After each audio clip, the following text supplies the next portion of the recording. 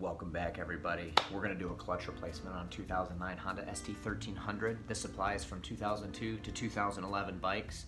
There's a lot of information in this video. We're going to try our best to be as clear and concise as possible. Let's get started. These are the parts you'll need to complete your project for replacing your clutch pack on your Honda ST1300. Note, I am only replacing the friction plates on my bike. I am not going to replace the metal plates in between. In the middle we have the water pump gasket. The paper gasket on the left-hand side is the clutch cover gasket. The two O-rings are for the coolant channels behind the water pump. This is the absolute bare minimum necessity to replace your clutch pack. I decided not to replace my water pump or the bearings for that because I tested them and they are good. Included are price for everything I paid for, except for the clutch friction plates, which were $95, CK1297 online, Amazon, and the O-rings were a couple bucks. But there are part numbers for everything in this part of the video in case you need to source them. I have already removed my radiator to give a better view of what we're going to be doing with the crankcase cover. There are 22 bolts on the crankcase cover to remove. There are 2 that are shorter specifically for the water pump. Keep that in mind when going back together. There are 4 lines to remove before removing the crankcase cover, and your crank position sensor on the front cover, which comes off very easily. I've removed all 22 bolts from my crankcase cover. It will not fall off. You need to pry it off. I used a screwdriver gently to pry off the crankcase cover until there was a very pleasing thump from it coming off. The water pump will come with it on top. That also needs to be gently pried off. And then after this, we will show you what's underneath. You've gently removed your clutch cover and your water pump. This is what the interior of the motorcycle looks like with the timing gears and the clutch basket. I have already backed out my basket retaining bolts to give a good idea of what you're looking at.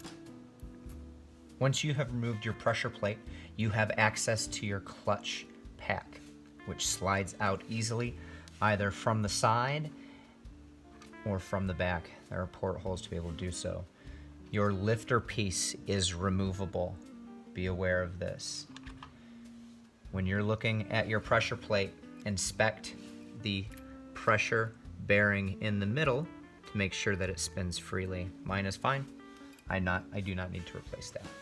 You got the cover off. You're ready to swap out the clutch plates. But the biggest thing that you're going to tackle for this entire project is going to be the seal on the case and the cover. What I found worked best was goof off and a blade. Most people can tell you don't use blades, don't use anything sharp on the bike. Use some kind of gasket remover and plastic.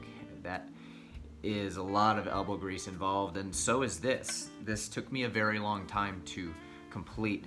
I want the cases to be perfect for sealing. I don't want to have to go do this again. So my cover and my case need to be completely free of any gasket material, period. It has to be perfect and flat to create the best sealing surface. Take your time, patience, soak the seal after you've removed the cover, even overnight. The goof off worked really well. I did have to apply a lot of it to do so, and it was very arduous. Take your time, remove all of it. Let's put this sucker back together. You have 3 different plates for your clutch basket. You have plain plates,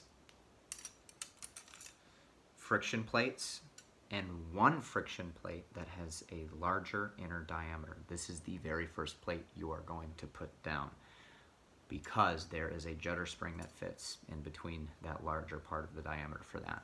The judder spring is a concave spring and is absolutely necessary to be put in correctly. I did not have to remove mine. It stayed in there while I removed my pack. It is shaped in a way that is like a dinner plate. So if you look down at your dinner plate, the edges of the dinner plate concave up. That's how you want that judder spring to be in your basket. After that, you're going to put a plain plate in. If you feel the edges of your plain plates, one is a bit sharper than the other and the other is a little bit more round. I put my plates in one way, either side. So either sharp side down or vice versa. Make sure your plain plates are the same way all throughout, either one way or the other. Also a tip for your clutch plates, your friction plates. I soak mine overnight in oil. Some people will install them dry, some people install them wet. I don't really know if there is a real difference. It's more or less preference. Unless you have a Ducati, then it is dry for a lot of the bikes. I have all but my last plate installed on the bike. I want them to line up with the deep groove because that's how they best fit. I've got my last plain plate in and my last friction plate. Instead of loading the plate in line with the other plates, I actually want to turn it to fit in the next slot. So this shallow slot right here is where that last plate will go. That will help lock it in place. This is very important. Do not line this plate up in these deep channels with the other plates. These two seals that we talked about earlier in the video, these dowels for the coolant channels, they easily pop out. Replace these two seals. That's what those two O-rings are for. Place them back in. Clutch back is back in. These bolts have been loosely tightened, very loosely. The torque setting for these is 12 Newton meters. I have a 3/8. I should be using a 1/4 inch instead because this torque setting is so particular. This is one of the times where you really want to make sure you're using the right amount of torque. Gently, I'm going to reach for my 12. I hit it. I'm going to crisscross for my torque.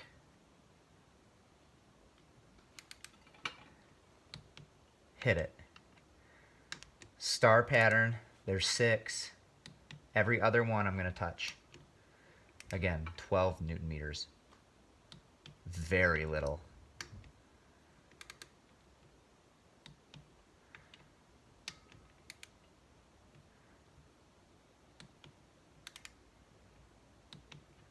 Done. Something to be concerned about when going back on: 1 dowel, 2 dowel, 1 dowel, 2 dowel. I'm going to remove them, put them in the case, not in the covers, but there are 2 per cover, crankcase and your water pump. Make sure, double check, make sure those are set and gently placed in and straight.